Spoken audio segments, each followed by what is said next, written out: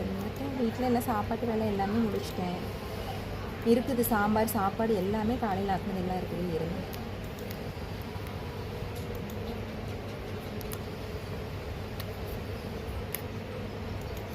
Hari phone எடுத்துட்டு வா.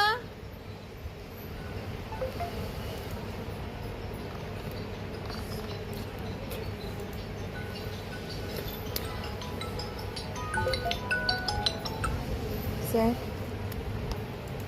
இன்னைக்கு சார் அந்த கன்னை செக் பண்ணி பேக் பண்ணணும் தானே அப்படின்னு கேட்கலான் தான் கூப்பிட்டேங்க சார். நான் பேக் பண்ணி